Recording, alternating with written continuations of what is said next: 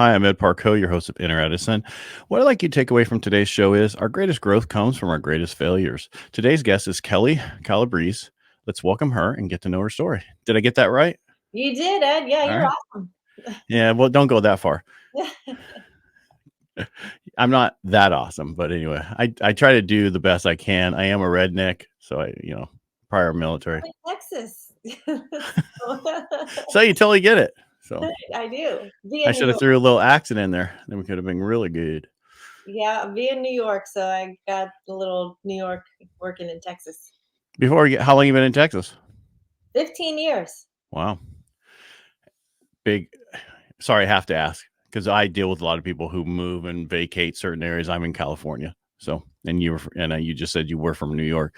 Was there a purpose why you moved to Texas? I mean, not besides family, but was it because of work? Was it because of taxes? I mean, did you get It was tired of because people in New work. York? No, we just wanted a great lifestyle where we weren't in the nor'easters for 4, 5, 6 months out of the year, and we could wear sandals and ride our bikes outside in January, and just a change.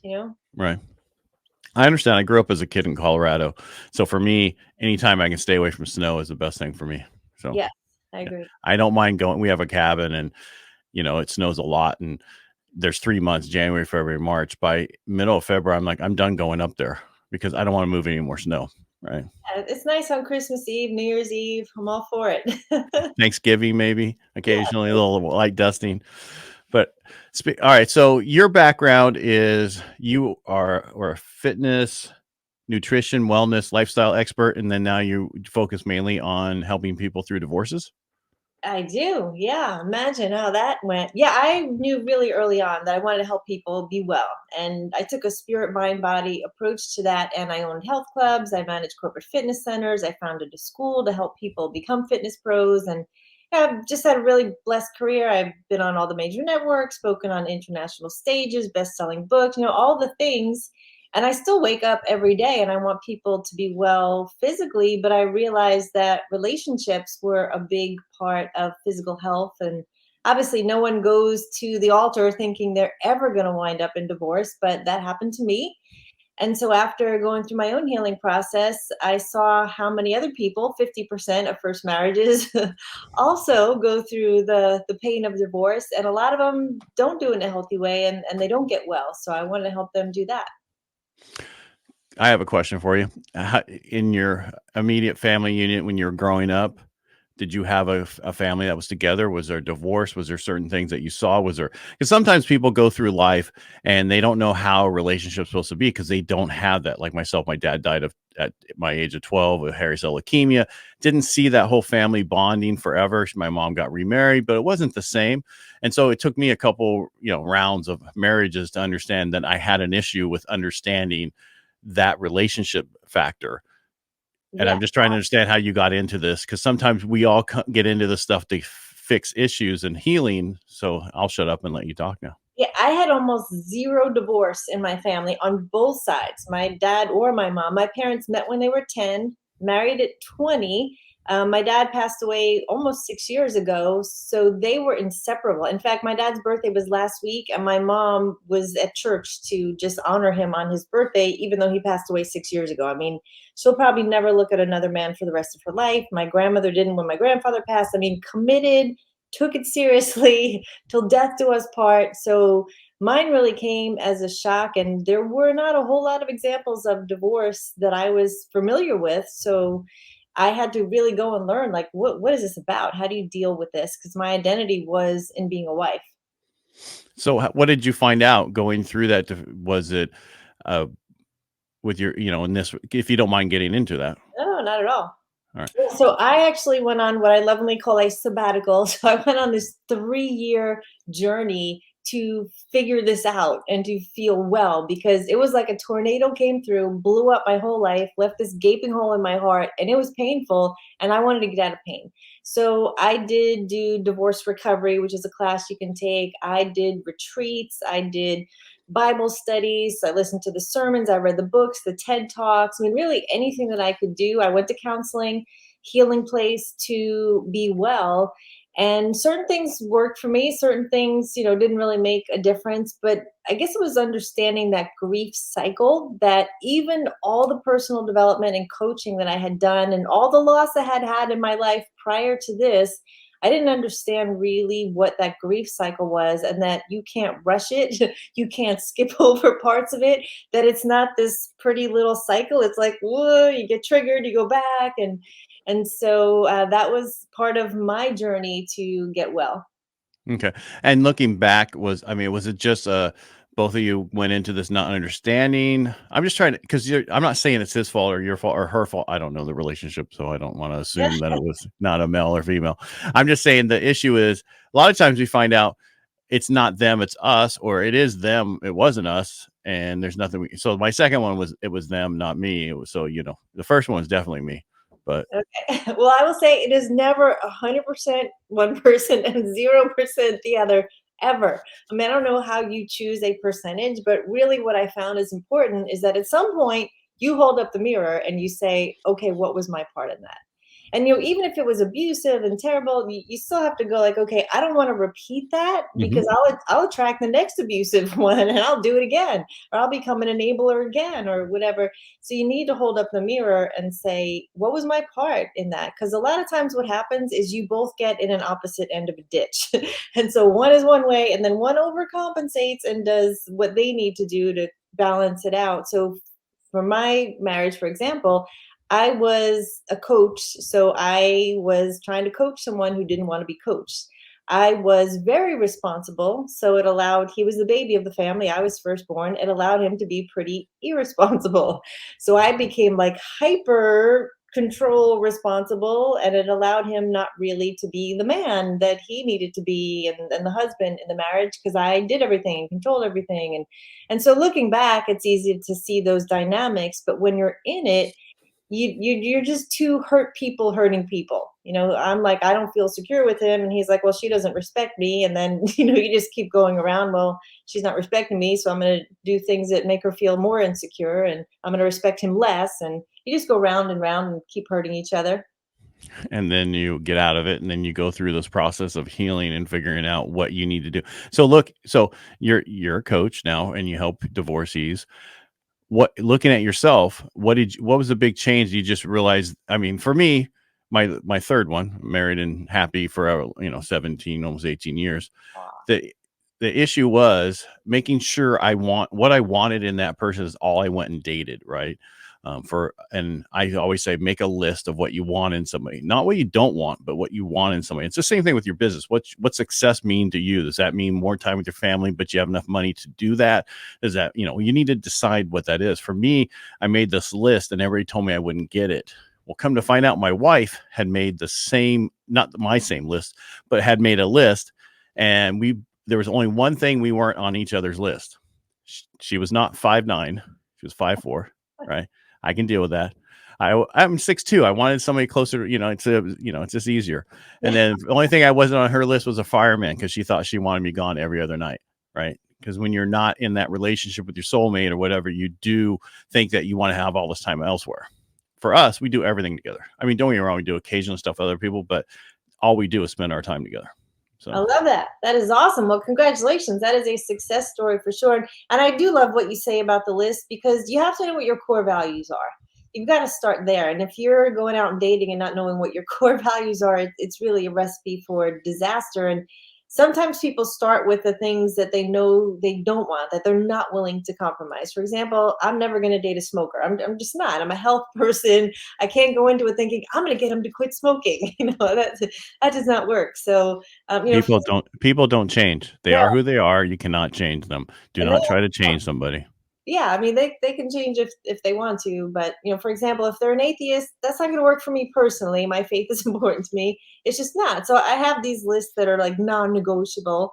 And I'm not dating yet, but at some point I will. And then there's core values that are important to me. Like, I want someone who's going to be fit and take care of their health. That's important to me. I'm an exercise physiologist, so that's on my list.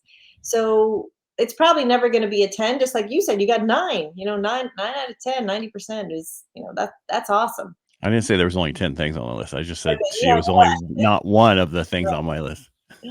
You're right. That's awesome, and that's, it's never gonna there might be a little compromise in there. Well, you have to have a little compromise, but it's not that you're the difference was we actually dated we're on a blind date, did not work out at all, right? It just wasn't work. And we talked because this thing happened. I had a daughter with special needs and I got her full time because her mom so my second wife got into drugs and all that stuff. So when I say it wasn't them, it was, wasn't me, it was them.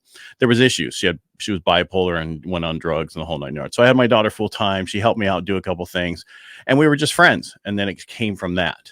And I think that is a good because when you're dating, you usually don't want to say what you really feel because you're afraid you're going to push the other person away. Right. And so for us, we just said whatever the hell we wanted and we didn't care because we're not going to date. Right. We told the truth. And that's hard to do while you're dating. Yeah, that's true. I have friends who actually do marriage counseling now who had failed marriages before, and they just came together as friends. Like literally, she'd come with a ponytail, no makeup, sweatpants, and for 6 months they were just friends who hung out and did stuff together. They were working on a project, and then after 6 months, they were like, "Wait a minute, like what's happening here?" But they didn't go into it dating, Right. but they had just genuinely been vulnerable and became friends, and now they've been married for years and years, and they do marriage counseling. So you never know. No one has the story they thought they would have. We don't know how it's gonna happen. Right. I mean, for me to hear the people who get, together in high school or whatever, and they stay together forever, my whole life changed so much. I don't understand how that could have happened, but sometimes people grow together and sometimes people grow apart and it's not, it just depends on what's important to you. But, I think I'm like controlling this podcast and I don't want to. I want you to talk more about who you are and what you're doing. Because I want to hear your side of it. I'm not the coach. I'm not that. But how do you help people these days? Do you still do the fitness stuff besides just for yourself? Do you do any of that kind of coaching?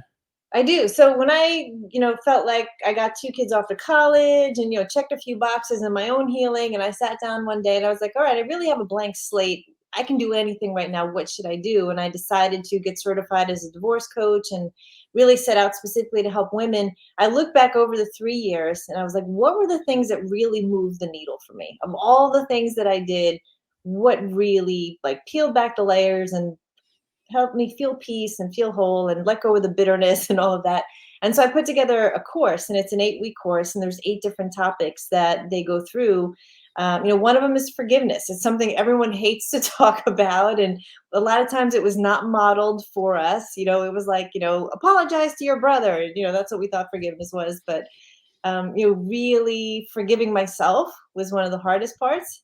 So anyway, I put all of this in the course and ultimately getting them to a place where they're happy, healthy, whole, healed, releasing the past and getting excited about a life that they can have in the future that really is, fun and gives them something to move towards.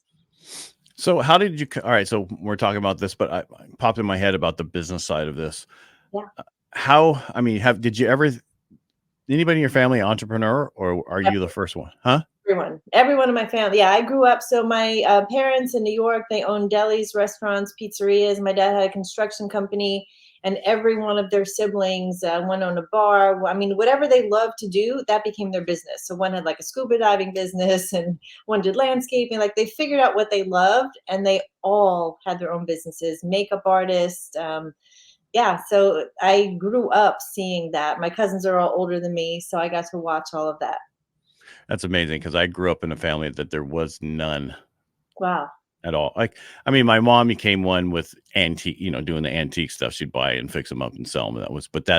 But nobody who actually ran large business. My grandfather had a dairy. I guess that's self-employedness, but it's more of I would say it's more of like a prison because cows want you to milk them at this time and milk them at this time, and there's no days off. So I think that's more of a sentence to me. And I used to work out there and during the summer and everything. And I'm like, this is not a life I want. This is a lot of, hard work. Agriculture is hard work, and yes, it's a business, but it's just difficult. And so for me, I'm like, I'm going in the Navy, got my bachelor's and master's, and then I was like, I really want to do business. And so I got into the computer industry, and then I got into mortgages, and that's where I've been ever since. Love it. So, because for me, all right, and I'm just, I have a business coach, right? I have a fitness coach, right? For eating, right? The biggest thing for most people isn't the exercising. It's what we shove in our mouth. Yeah. Right. They don't understand. So for me, my biggest thing is how many calories am I supposed to have? right? What of this, and this. I just need to know those numbers and I'll stick to it. And that's what I need. I don't need someone to teach me how to lift. I know how to lift. I know how to work out. I know how to do all that. So for me to get that person to this is your calorie stuff, stay in here and we'll keep looking at it. That was huge for me, right? Because I always used to be skinny. Then I moved up to Northern California where it gets really hot during the summer. And then it's, you're not outside like I was in San Diego year round where I could do anything and everything. So it was a little different. And you moving to Texas must be kind of the same thing too, right? Or you're one of those people who love the heat and the humidity. It's not really humid in Texas, at least not compared to the East Coast. We moved here in June, so it was More. like 100 straight days or 40 straight days of 100 degrees when we moved here that summer. And it was like, we moved to hell. I mean, it was like, things, you get in the car and you feel like everything was melting around you, but you do adjust. And so now in the middle of the day in August, I could go ride my bike 100 miles and I'm acclimated. So I love it. I love to be outside every day. I love to move. So I'm all about the lifestyle. I much prefer the warmer to the colder weather for sure. Okay, so I want to back up. You said Texas has a humidity. I'm sorry, I've been in San Antonio. It South, has humidity. All right, I'm so near yeah, South. Yeah. huh? I'm near You're in the extreme heat side of it, not the humidity side of it. Yeah. South. It's humid. I'm closer to Oklahoma. Okay, gotcha. All right, because when you said Texas, I'm like, are you crazy? I've lived there for a while. The closer That's you get to the Gulf, the more humid it is. where in California. What humidity? What are you talking about? I mean, It's, only when it rains do we have humidity. yeah, So, it's beautiful. all right, so let's talk about. We talked off air a little bit about different types of people, right? Do you want to get into that part? Sure. You We're know what I'm fresh talking about? You know what I'm talking about? people. Throw your book up. Yes. Oh my Sorry. goodness. Okay, I'm so sorry. Let me. my All most right. recent book, Successful habits of high Super achievers. Achievers. So, Yeah, and I want to get to, kind of wanted to get into the high achievers because high achievers usually cause a lot of problems in their relationships, right? they Because, can. right. Yeah, Because unless you got two high achievers, if you got a low achiever and a higher achiever, you usually have issues. One's thinking the other one's not doing enough. That's, I'm not saying they're always, but it's like really smart people sometimes have issues dealing with people, and high achievers want to achieve so much. They need to be with somebody who wants to achieve. For me, it would be, I would think, and I could be wrong. You can tell me to shut up, but you'd want somebody close to what you want, high achiever. yeah. The high achiever for me is a high achiever who has super achievement or success in every garden of their life. So it's physically, financially, relationally, emotionally, socially, professionally. So it's not, people think of high achiever as business only. But if your business is great, but your relationship with your kids is terrible, you've had 10 divorces or whatever.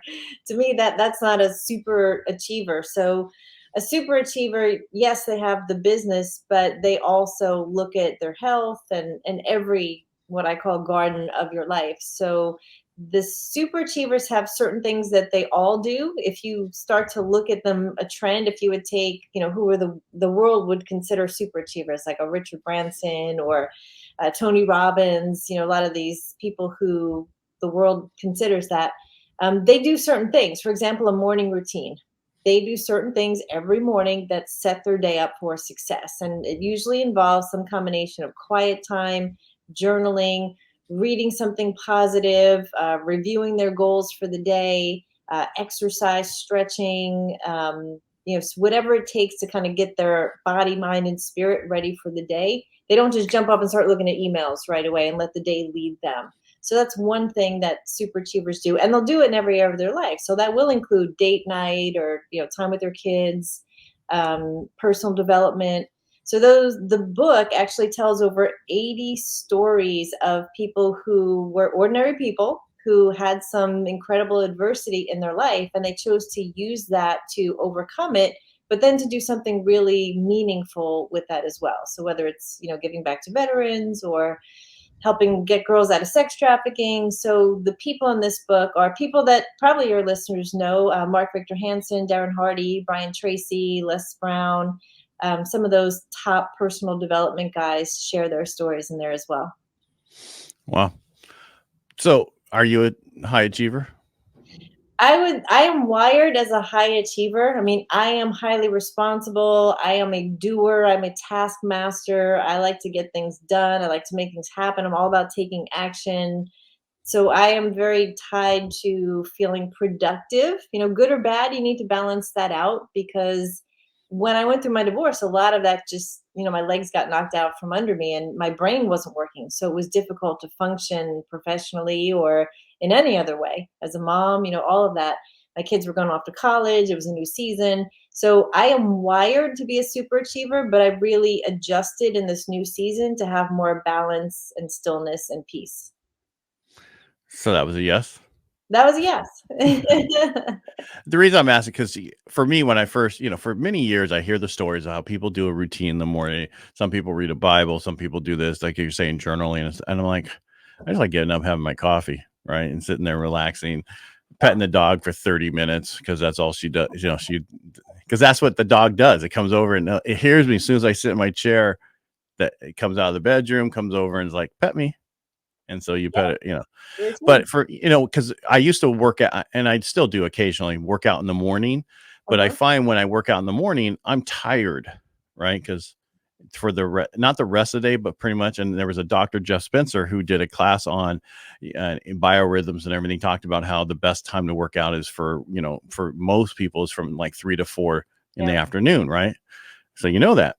So that's the biggest. And the problem with that is, well, for me, I have podcasts, I have radio, I have certain things during that period of time. So it throws off my whole day. And I don't want to do it in the evening because then that throws off my time with my wife. So it's real hard. You know, you sometimes you have to do things that exactly doesn't work for the biorhythms and certain things just so that you can get them in and you can stay healthy. So for what I was also trying to get to is when I was younger, I'd look at that's just hokey stuff. They're just making that, that doesn't work. It really works. Right. So Yeah. listen to me, somebody who took forever to figure it out. This stuff works. I have my journal row. Here's my journal. There you go. And that's the Camino de Santiago shell on there. We did the walk in Spain twice. Do you know what that is? I do not. The Camino de Santiago was a pilgrimage back in the day. You'd go from France into Spain and then to these Santiago Chapel, and that was a huge thing. And it was a spiritual whatever, but then everybody's doing it now again. It went away, and basically we did it because my wife asked me to do it. That's why I did it. So it's usually a 30 to 40 day walk, but we started in Astorga. We were still working. It was 3 weeks. We did about 200 miles, and then we did it again from a different route. What I'm getting at is, whatever you do in life, I look at my wife, she's always on the couch, she gets a smile on her face, and I'm like, what are we doing next? Right? Because I'm a type of guy who just doesn't really do that kind of stuff, right? I don't plan on going here, going there, unless it's like, let's just get out here and go to Mexico in like 2 days, right? That's me. Yeah. She's a planner. So I need her to plan the stuff. And she gets upset because she says, all I do is plan. You don't, but she doesn't understand what I bring to the table. See, everybody brings something to the table. You just need to have that communication to understand what that is for each party. I agree. Yeah, the communication is huge. So you really have to get to know each other, keep dating each other, and there's all kinds of assessments people do to figure out, their love languages and how they're motivated. And so that's just fun to do. But you figure it out otherwise or not, right? People have the choice not to. It's good that you guys did, and it's a good balance between planner and spontaneous, and somewhere in the middle, you guys have a good life. Well, we're trying, nothing's perfect in life, right? And people have to understand that. And you have to work on it. Just like your business, you have to work on it, not in it, but on it. Just like you need to work on your relationship, certain times. And what I mean by this, I work on my business twice a week. Some people do it every day a little bit. I focus on Tuesdays and Thursdays on my business, not in my business. How can we grow? How we can get where I want us to be? And, that's multiple avenues because I have the mortgage company now, multiple podcasts, the radio, all the different things. If you're always in the trenches, you never grow, right? As a military thing, the generals aren't in the trenches. They're back in the buildings figuring out what we're doing. That's what you need to do. Absolutely. Yeah. They're back there working on the strategy and they're seeing things from a much higher position than the person in the trenches are. And I love what you said about gratitude too. That truly is a superpower. I mean, if people are really down, really struggling in whatever area, or it feels like every area of their life, maybe they're catastrophizing, starting with gratitude is the simple thing. And when I first started doing gratitude, it was really mechanical, like, okay, I took my vitamins, okay, this. But now it's like, wow, no one had the day that I had. I got to talk to Ed today on the Inner Edison show. Like, how many people got to do that? I mean, that's cool. And the more you're thankful, you're still going throughout your day looking for things to be happy and excited and thankful for. So you could write them in your gratitude journal at night. But it just gives you energy and momentum to constantly be looking for good things to be grateful for, and you find them Yeah. versus the opposite. Yeah, I mean, and that's just go back to my list. That can be a list. Even if you're in a relationship, you still need a list of where you're going and where you need to get to come together and find out what you guys want to do with the relationship going forward and then where it's going to, right? We have we're building a house on 32 acres, our forever home, because my wife said I was going on my way to doing radio, and she's like, I don't want to be around people when I retire. I was like, you couldn't have thought about this 4 years ago when we bought our cabin up in where we bought it, because we realized the cabin was not the place to retire to because it snows, right? So Yeah, we want to be at like 3,000 feet, which is 10 degrees cooler, but not the snow. got And it. so I was walking in the station, and the lady that was coming in, that was on the air with me, was an agent from up there where we're going to buy it from. And I was like, my wife just said this. She goes, I got 32 acres I've had for sale for almost 5 years because nobody wanted land at the Wow. time. So we bought it, and now we're building our forever home at the perfect time because now everybody wants land to build on. Yeah. So, yeah. So it's Yeah. just a matter of planning for the future, whatever that is and what you're planning on doing. So, Yeah, you set that intention out there, and it's amazing how things start lining up. I mean, literally, that's how your brain works. It's always in survival mode, but when you put something, it's like if you say, yellow Corvette, and all of a sudden you start seeing, well, the yellow Corvettes were always there. It's now your brain is just honed in on that. So you say land, and all of a sudden you're like, oh, look here, someone is coming to us with land. That's how it works, but you need to be intentional about it. right.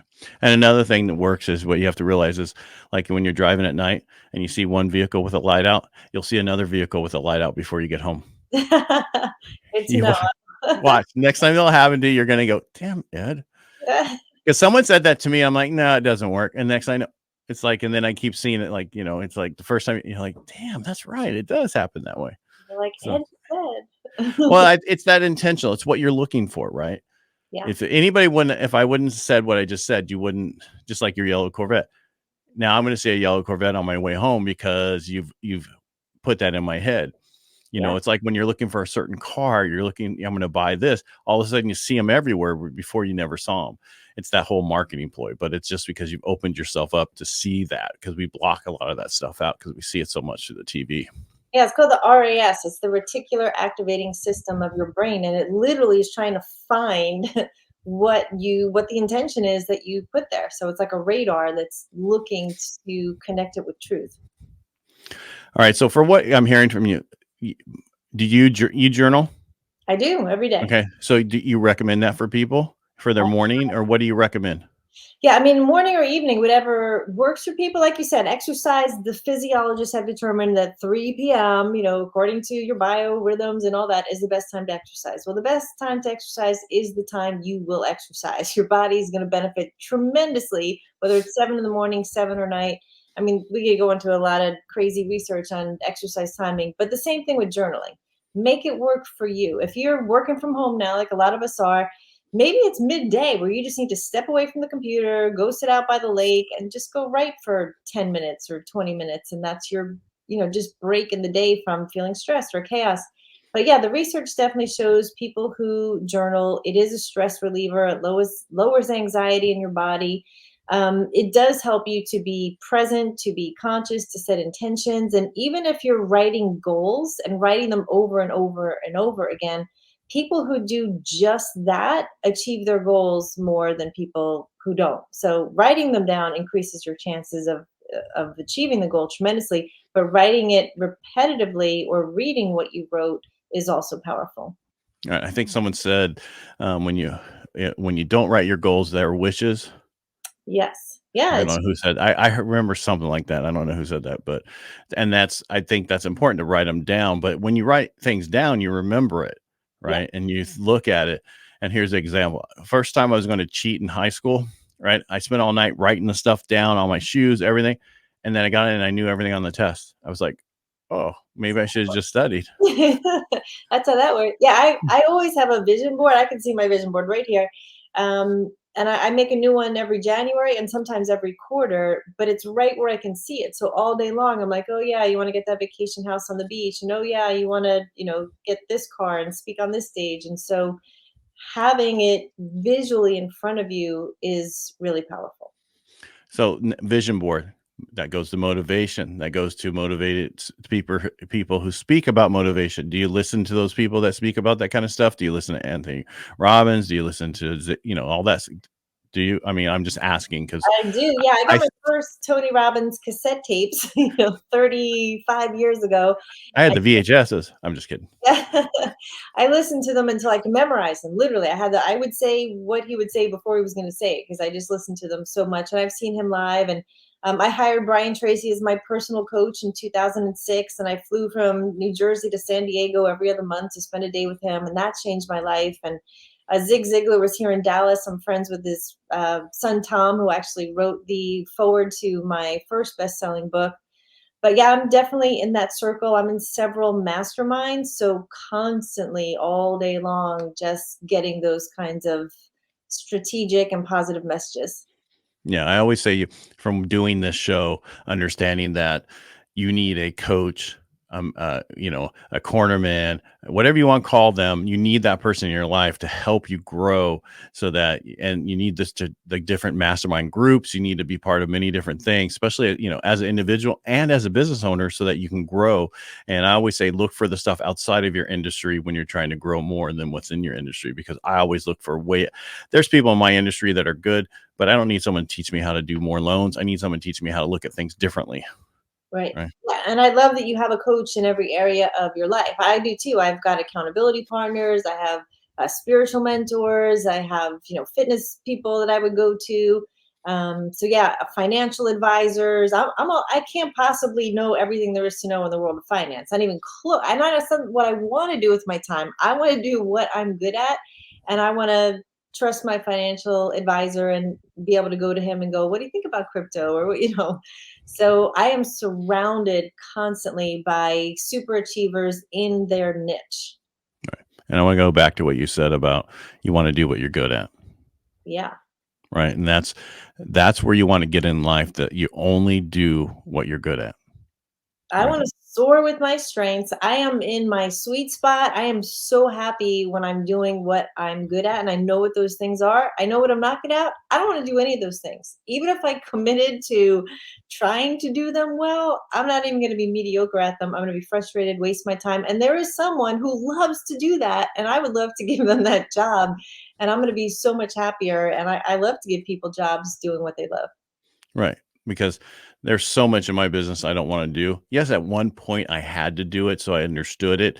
But as you grow and grow your business, the most important thing is to get out of your way. I have clients all the time ask me, hey, what about this? I'm like, you know what? I'm not the person to ask. You need to talk to so-and-so. They do it all day long. If I tell you, I'm going to mess it up. Right. Exactly. Yeah. I don't want to do accounting. I'm always going to have an administrative assistant. No matter how big or small my business gets, I'm always going to have someone do that stuff because I just want to make a phone call or send me a number and that's it. All right, Kelly. Anything else you want to add today before we go? Well, let's see. Besides, you want to throw your book up again? Oh, yeah. So, okay. So here's, if they want a copy of Success Habits of Super Achievers, I will personally sign it for them. They can either message me or email me, Kelli@kellycalabrese.com. I won't even charge them shipping if they live in the US, but I'll hand sign it for the cost of the book, or they can get it free if they want to go to my website, Kelli with an I, Calabrese, Calabrese.com. The free ebook is there, and they can get it and download it anytime. And if All they're right. interested in anything to do with overcoming relationship stress, they can find it there also, kellycalabrese.com, or join the free Facebook group that I have where I do the coaching. It's called Intentionally Fabulous. I do have one more question. Okay. What was your first book? My first, like way back when, Well, the one that was signed by Zig Ziglar's son. oh, that one was Mom and Dad Preneurs. So that was about way before COVID, like a few years before COVID. about, staying home and doing what you love, but still being able to raise your family without sacrificing, your career. So still being able to contribute to your industry on a really high level, but be there to raise your kids. So it's called Mom and Dadpreneurs. That was the Hmm. first best-selling book that I did. Yeah, it sounds like it's a good book. I mean, because for me, like COVID changed our whole industry, right? My whole staff still works from home. I'm the only one that goes in the office, and I've turned it into like a huge podcast recording studio. I still have all the offices for them for people to come back, because eventually they'll come back. But for right now, and I enjoyed working at home for the period of time I did, because then I could work out at 3 o'clock, right? Now I can't, because I have a 4 o'clock. I have a 1 o'clock. I have all these different appointments in between there, but I don't have the time to just start working out and then go, oh, that was 40. Okay, I got to do one more set and then I can get on that call.